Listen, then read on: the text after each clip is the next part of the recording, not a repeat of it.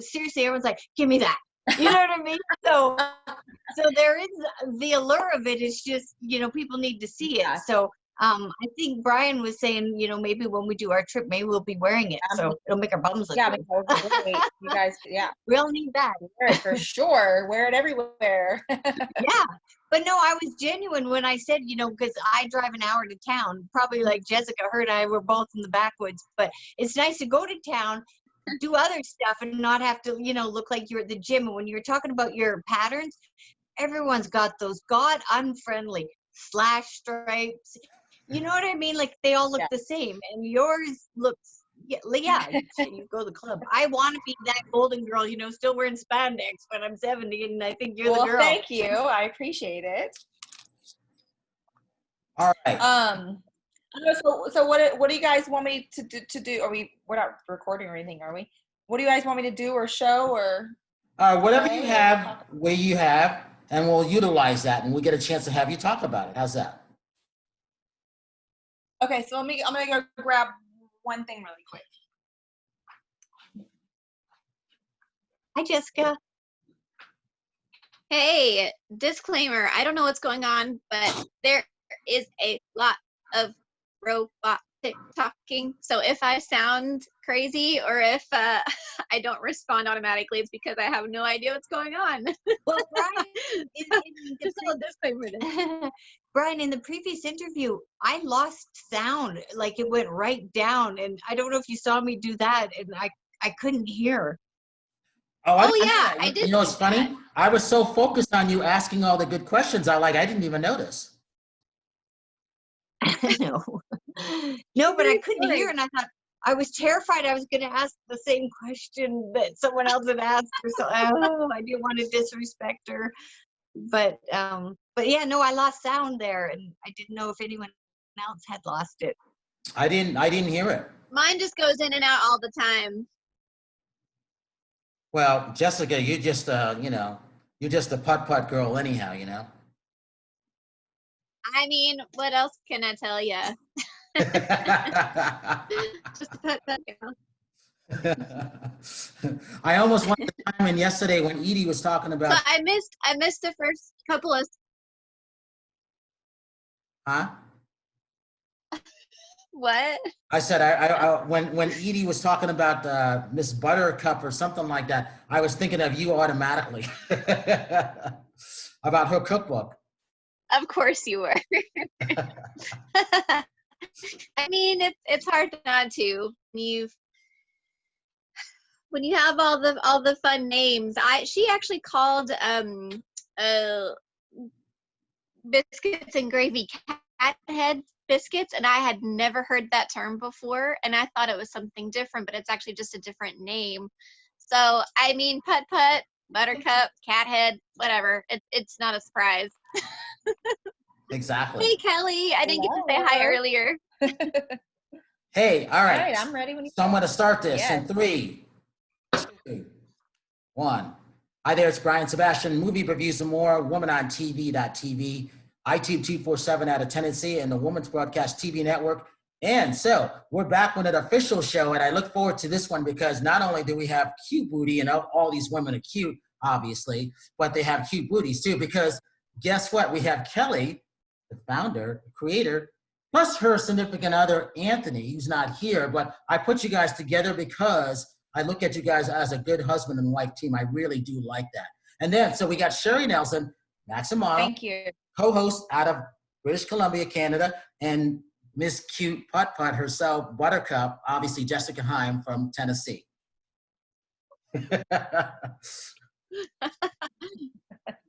So Kelly, that's a great talk about this. introduction. I love your poster in the back of you. I love that. But I like your style. I like your eye. When did you know that you were good at creating things? I mean, it started at an early age. I come from very creative hippie parents. Surprise. My dad builds things. He built a log cabin that we grew up in, complete with stained glass window and logs he laid himself. My mother was a jewelry designer who actually would carve the wax and turn it into gold in her studio. And she also had the first bead bar back in the 80s. So you could go to her bead bar and make your own necklace. So, you know, I had parents that really, it's not like they promoted creative freedom. They were just very creative. So in turn, we felt free to be creative. And, you know, to be honest with you, I'm trying to think where I started my fashion career. I guess it was with trash bags. I mean, we lived in the woods with no one around, and it's not like there was a fabric store. And so I thought, hey, I can use these trash bags to make a wedding dress. So I would dress up my sister, and I would use tape and trash bags, and I would create like what I thought was a really cool wedding dress when we were probably 8 years old. So that's kind of where the love of fashion started. Did you know where Cutebooty was going to come when you started it? Did you think it was going to take off like it kind of did? Because there's so much room for growth. And you are in a room and space by yourself. I really don't see anybody that touches you. And I've had a bunch of brands come my way, and I'm like, no, I know who I want, and it's you guys. Well, thank you. You know, ever since I was a kid, like, expression was really important for me. And I didn't really think about the backlash or the bullying or whatever. I always wanted to wear and do what made me feel good. So, like, for instance, in high school, I never thought about being sexy or showing my butt or, you know, I never wanted to be sexy. I wanted to be cool. So when I looked into the mirror, I thought to myself, do I look cool? And that was always what was really important to me. And that came through fashion and accessories and being a little bit different, a little bit outside the box. You know, instead of getting sent home for, I don't know, being an asshole kid in school, I was sent home for what I wore. And most of the time it wasn't because it was inappropriate. Most of the time it was because it was weird and people didn't understand it. So I always thought it was a joke. And I go back to a beauty pageant I did in, I think it was 11th grade, maybe it was 10th grade. And I got like third runner up, and I was just thinking to myself, like, why? So then the next day you have the opportunity to sit down with judges and ask them what you did wrong and what you could have done better. And this lady legit, now I'm from Roberta, Georgia, population 800, she legit crossed her legs and her arms and she goes, "This is not a fashion show." And I was like, yes, I did it. I'm good with third place. I'll see you guys later. And like, that was all the confirmation that I needed to know that what I felt inside was what I wanted to do and who I wanted to be. And like, I didn't think about having the approval of, you know, adults. I was a very respectful child, but I didn't need the visual approval, fashion approval of adults. You know, I even think to one time my grandmother told me that, why did I look like a whore? And I started, at first I was mad. I was like, Grandma, why would you say that? And then I looked at what I was wearing, and I literally had on a turtleneck, long sleeve, black shirt, a long skirt to my ankles, black tights and black boots. But I had on this velvet striped jacket with these furry sleeves. And so I guess she associated that with boudoir. And she told me I look like a whore. But I was like, Grandma, my hands and my face are showing. Like, how is it even possible? And so that stuck with me too. I was like, I love you, Grandma, but I actually look cool. So thank you for that. It was almost like the opposite reaction gave me the motivation or the understanding that where I was going and what I was doing was on the right path.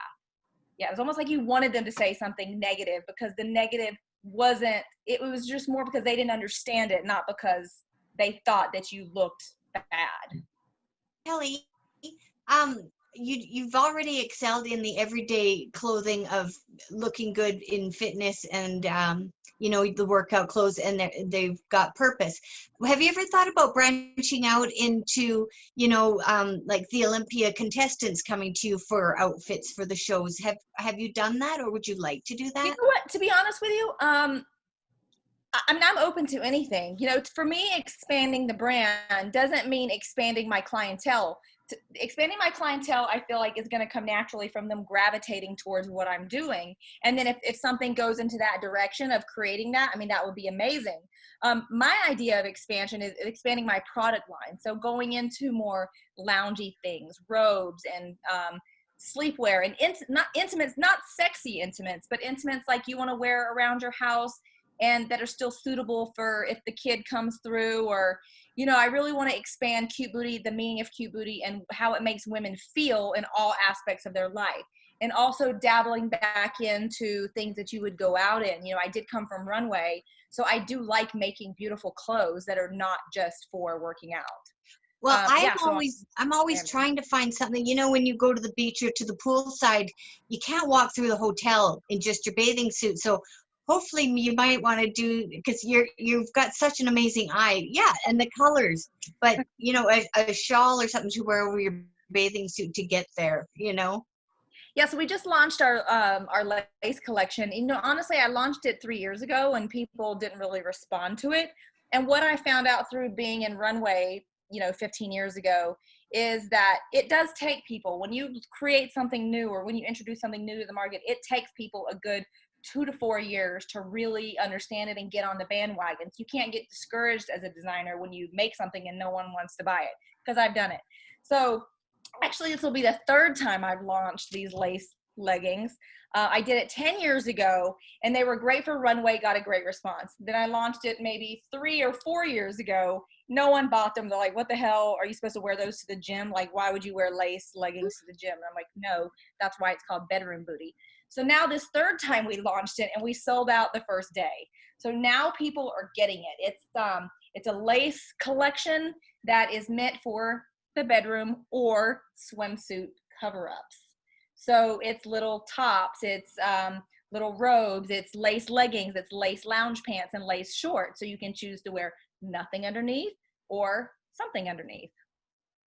And it's still I'm definitely going to order that, because that color is amazing. So yeah, it's hard. I'm gonna, when we're done, I'm placing. Okay, yeah, it's hard to get the It's beauty amazing. of it. Like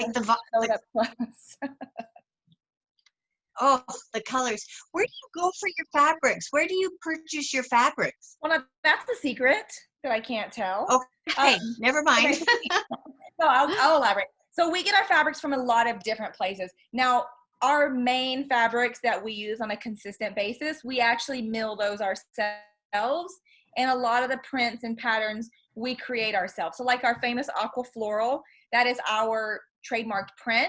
So you won't find it anywhere else. And then we have what we call novelty fabrics, and we go to some of our vendors who their designers own the prints and their factories are milling the goods, and we're just purchasing it rolls at a time. But yeah, most of the fabric we do mill ourselves, which I'm very proud of. You know, that was something weird to get into because there's such high minimums. So you're taking a risk. You're like, oh my God, am I going to be able to sell 1,000 pairs of those? And then once you get to a certain level, you're like, yes, I can sell 1,000. So I'm going to pick any color and any print I want because that's what I want. And I'm not stuck to conforming like the IKEA where you go in and you feel like you have to pick something because that's all that's available. So that's what I love about expanding and growing is now I can buy and create whatever I want because I know at the end of the day I can afford to have that creative freedom because I will sell through those 1,000 units or however much the minimums are. Well, Kelly, and do you being American like made, that's a major draw. Oh, I'm sorry, Jessica. Oh, wait. That's okay. Go ahead. What was the question? So, Kelly, just having that logo, American made, that's a selling feature in itself that people also would take pride in, you know, when they're showing it off to their friends. So yeah, that's super important to me. There's a big misconception that you get things made cheaper in China. Yeah, technically when you're paying the bill, it's cheaper, but they fail to factor in all of the trips that you have to take to approve things, how long it takes for samples and production to come back. You know, when people create something new and they're manufacturing in China, you might not get that product for 12 to 18 weeks. And we know in the world of fast fashion, you know, you want to create fast fashion as well, and you can do that a lot better locally. I can create something new and have it out in a week, no problem. I can have the sample made, the production started, photographed, ready for social media to go in a week. So to me, that's hard to compete when manufacturing in China. So although my actual bill is a lot more expensive, I'm going to have that product quicker. The quality is going to be higher, and I'm ready to go. I'm ahead of the game while these people are still waiting on 1,000 black leggings that they're not sure if they're going to sell or not, or even if they're going to fit right. So yeah, so being made in America is really important to me. I do it in downtown Los Angeles. I pay very fair wages. The people who have been working for us have been with us for over a decade. So we really pride ourselves on not only quality clothes and made in the USA, but good relationships with the people that work with us. They work with us, not for us. And I think that's really important because there's a different respect level that comes with it. Jessica, you were going to ask something. Oh, just more of a personal choice. Do you find yourself, if you go to your closet and you're like, what do I want to do today? Do you kind of lean towards the products that you've created or stuff that has inspired you to make your clothes, or do you just go for another brand just to mix it up? Right. Like, what's your personal choice when it comes to? I've gone through phases over the years. In the beginning, I would never wear my clothes because I thought I can sell that. And at the time I was bartending to start my company, I was like, if I wear those pants and I can't sell them for full value, so I'm not going to even touch anything. So then I went through the phase where, okay, I'm doing better. I can wear, I would just wear my black leggings every day, but Cutebooty leggings. And then, then you start getting tired of your own product and your own name. And you're like, oh my God, this name is terrible. This is going to fail. I'm horrible at this. Why are people going to buy my leggings? I'm still working out of my kitchen. And then, so then you feel like negative and you don't want to support yourself. And then something kicks in, or someone makes a small comment that makes all the difference in the world and completely changes your outlook again. And then you're like, no, I'm a badass. I know what I'm doing. I make quality stuff. And if someone doesn't like it or doesn't roll with it, it's because they don't know about it yet. So it's my job not to overly self-promote, but to be proud of what I'm doing and then let people naturally fall on the bandwagon.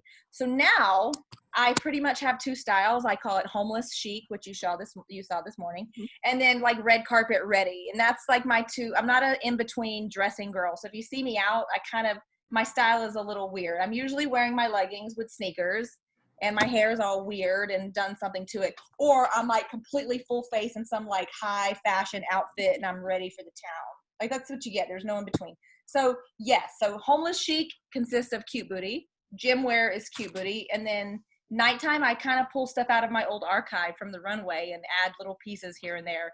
And, I might be wearing a pair of Alexander McQueen shoes and a Forever 21 bodysuit. That's just how I roll. I don't care if it's $1 or $1,000. If I want it, I'm going to buy it and wear it. And I don't care about being a label whore or people saying, oh, you got that so-and-so, or, I'm not opposed to Poshmark. And I love stuff like that. I'm a bargain shopper because I also have very expensive tastes. So I have to balance that out. Right.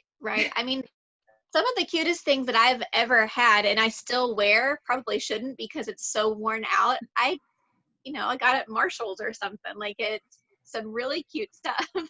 Totally. And I have no problem. No. Like I'm not a brand person either. No. That's awesome. I think that's the way women should be. We should buy and wear what makes us feel good, and if that's something from Marshall's and you love it, then go with it. That's what I do all the time. You find one t-shirt, you buy it in every color because it fits you right and it makes you feel good and comfortable. Exactly. Kelly, Yes. Can you explain to the viewers the essence of what Cutebooty means? It is uplifting. Does it make your booty pop? What is the essence of what your pants will do for us when we leave the room? So it's all illusion. People often think that there's padding in them, and there is not. And it came from me, would never badmouth a brand because Juicy Couture is actually one of the brands that I idolized and wanted to model my own business after.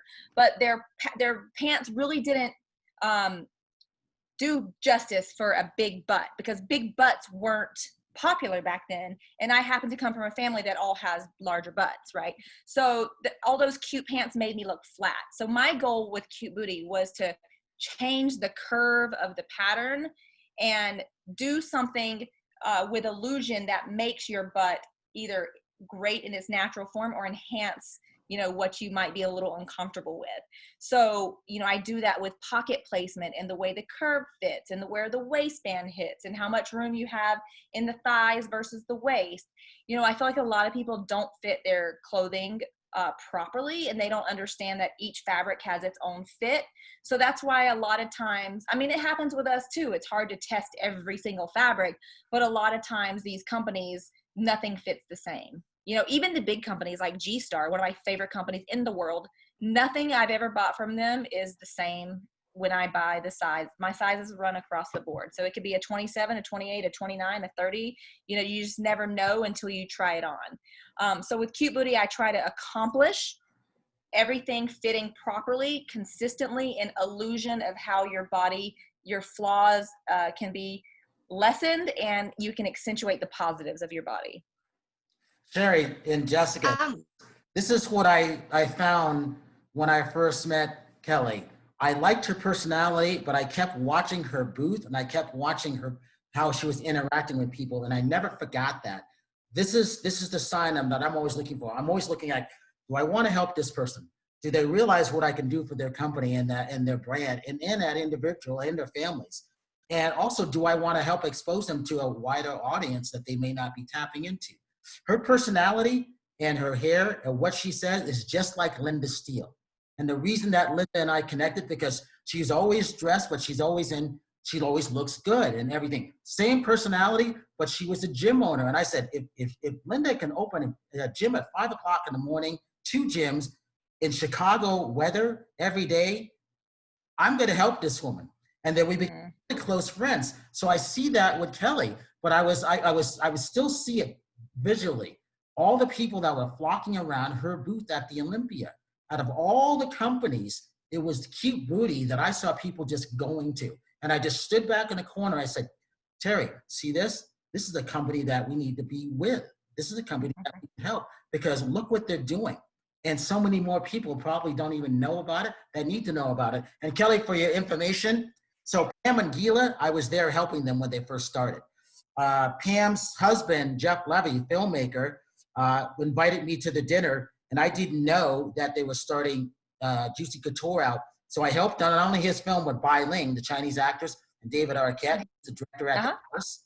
I ended up helping them. So when she had her book, Pam, you need to promote this book. And she's just so shy. So I was going to tell you about Juicy Couture afterwards, but you started the same way. So that makes a lot of sense. Yeah. I mean, I've always idolized Juicy Couture, their business model, and then also Victoria's Secret. I'm not very happy with the direction they've gone in lately with all the negativity in the media with models and young girls. But as far as their strategy on marketing and how they've been able to move with the times, if you remember, Victoria's Secret used to have suits, remember, business suits and tons of different clothes. And I like that they've been able to be malleable and to move forward, even though, you know, because obviously we are going to keep aging, but the business, in a sense of its customer, is going to stop still in time. So you always have to be able to keep up what's next, what's new, what's the new generation going to like, how are you going to sell that, how's technology play a big part in it. So I admire, Juicy Couture sold out before all that had to happen to them, and so that's one of the things I admire too, is selling out. Like, I think that's genius. You build your brand, they sold out at the right time. And start a charity. Yeah. Hey, Sherry, tell. Perfect. And so. Okay, go ahead. I'm sorry. Go ahead. I'm sorry. Oh, so I was just saying, like, that also is a business model that I want to follow. So yeah, Juicy Couture has always been at the top of my list with, I like how they did things, and I like how they thought outside the box, didn't give a shit what everyone thought, and let the girls make the judgment. And girls ultimately knew that it was cute and quirky and they wanted to wear it.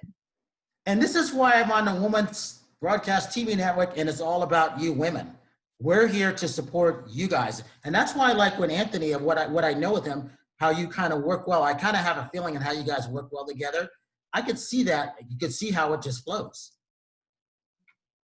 Yeah, it's interesting because, well, first of all, what he did was, I mean, crazy. Like, looking back, I can't believe he even did it. He was he was one of the top salespeople for Cumulus Media, who does radio advertising. And, you know, we were dating maybe 6 months, and I said, hey, do you want to quit your job and come help me grow this company? And he was making 6 figures, you know? And then I said, oh, I can't pay you that. I can pay you like a 6th. And then he's like, let me think about it. And then 2 weeks later, he said, okay, I'll do it. And he legit quit his job and came and sat in a warehouse to try to figure out how to, start up this marketing and social media team. And just us two bouncing off of each other and everything he knows about wording and advertising and how the human brain and psychology works with responding to advertising. And then me like just giving him all the crazy shit and saying, okay, here's the new stuff, like do what you want with it. And then just the way everyone responded, not only to the product, but to the marketing. And it's just been a phenomenal combination. And it's built up bigger than I ever imagined for myself. Sherry, talk about where you came from and what your background is so Kelly has an idea. My background? No, Your Sherry. background. Oh, I was like, okay, yes. Oh. I would love to hear, actually. No, I'm from lumber. I'm up in Canada and I came from lumber. So, no, I just, where I live, it's rural. We don't have a lot of department stores here. So we always do a lot of, I personally do a lot of online shopping. So, but as soon as Brian sent me a link to your website, cutebooty.com, it's amazing. And unfortunately for me, I had a girlfriend here who does kind of, like acrobatic circus performing, and she goes, I want that, and that, but a lot of your stuff was sold out. There's so much in demand for your product. So yeah, no, but we put our order in it and we're looking forward to seeing it. Oh, wait, okay, so I'll rush it along and make sure it gets to you. Did you put an order in? Yeah. Well, and I'm putting one in again. I want to get those lace pants you showed just a minute ago. Okay. Yeah, they're really beautiful. They'll be out in a couple of weeks. So, you know what, I'd be happy to add that to the list of a little care package. Okay. You guys, because it's something different. And I'm going to have it go over to Brian just because it takes a little longer to cross the border. So no problem. I mean, I can also send it DHL. I mean, we can talk about that later, but DHL, it gets there in 3 days, and customs kind of just clears it really fast. Yeah, that's awesome. I mean, online shopping is so huge. I mean, especially now with everything that's going on, I feel like people, they're using retail therapy and they're using working out at home to get through, and Netflix, of course, to get through the motions of the day and the new restrictions and restraints. I mean, it's loosening up now, but not just me, but my friends who also have online stores, they saw a definite increase in online shopping for sure. And Jessica. Well, just for someone who would much rather have, I prefer a hands-on experience, because like you said, when you go shopping, there's a lot of, you could grab the same size of the same pant and all 3 of them will fit differently. And I'm that person where I'm like, oh, this waist is weird, or this zipper is different, a different length, or the crotch hangs too low, or whatever. So that, knowing that, and that's having been the only experience that I've ever really had, it makes me super nervous to do online shopping. Because you can't even try that out. So then I end up ordering, 4 of the same thing from Amazon and then sending it back. So I thank you, just as someone who is not very wary of doing the online thing. Thank you for doing, like you mentioned before, your sizing, the very specific sizing that you were talking about, and how different sizes fit different people, and that it's very specific. So that's just a thanks. Just a random thanks out there from me. My pleasure. I appreciate that. I mean, I always fit in that category of a weird size, so it was important to me to fit the in-between customer. Not everyone is not always so cut and dry with women's bodies, Right, and that's a lot to be said too about having your own company and having it very personalized, and being able to, think about what it really is like to be that person on the other side, and being able to implement that to help us out. Because I feel like the larger that things become, the further separated from human interaction and being human becomes. And so, yeah, it's a big deal, and I'm really thankful and grateful for you and for all the business owners that start from things from the heart and from your passion, and then continue that through, because also as it grows, that's when you start to separate yourself, and then you become that business owner and that person who it becomes much more a monetary thing, as opposed to keeping it real and keeping it focused on the people. True. I often wonder though if I'm just so controlling that I'll never let it go, because we have 3 people that answer DMs and emails, and I'm still like, and screenshotting and like, what really happened here, so I can respond to her, and they're like, we've got it, like, calm down, Kelly, we've got it. I'm like, and then I make them all sign their their initials so that I know who responded to them. And then they're like, well, we don't know when you respond. So I started putting like my Memoji sticker of my face, and they'll know that that was me who responded. That's funny. And That's they're like, get out of funny. our DMs, Kelly. So, I mean, an overabundance of attention from you all is not a bad thing either. We like that. I get really butthurt though easily when customers are upset. So they'll follow the policy, like the company rules we have set in place, and then I'll go on and I like take it personally. I'm like, no, I'm gonna call her and I'm gonna make her love my stuff and love us, and I'm not gonna rest until I make this enemy our friend. And so 9 times out of 10 it works, and then I build relationships that way. We got about 5 with minutes. your designs, oftentimes some women, is it possible in your vision, women, they want, tighter and, their waistlines. I don't know if it's possible to ever have a fabric design that would do that. Something for the future to think about. Wait, a fabric design to do what? Well, because you've got the cute booty, but some women, they're like, oh, I like that top, but it shows my arms. So, some women out there down the road, if you ever have a design or something or a miracle that can make them, I mean, I'm always working on new products and new ways to make us look fabulous in our own skin. So you never know what I'll come up with. The fun thing about all of this is I'm always looking at this stuff. Kelly, I'm not afraid to wear women's stuff. I look at it this way. I know which girls like which things. I know their sizes and everything like that. I'm like, with a guy, if he's comfortable, would he wear this? And it doesn't matter if it's made for women because it still looks cool, or it'll look good. So just like when Liz Taylor when came out with White Diamond, I would wear her White Diamond because she gave it to me, and I'm like, because it smelled good on me, because women would tell me. And it didn't matter if it was just made for women. I'm like, okay. And then I've had women made bracelets that were just made for women. She goes, Ryan, you should have these because they're power bracelets. And I don't wear jewelry or I don't have tattoos or any of that stuff. I'm like, I wear them because of that, because they were made. So that's why I said when Amanda said that, Anthony would wear these, I'm like, if Anthony will wear those, I want to wear those same ones. So I said the exact same thing because her store is really cool. And I haven't seen a store like that, whether you keep it or not, good for you. You get rid of it, it's totally understandable.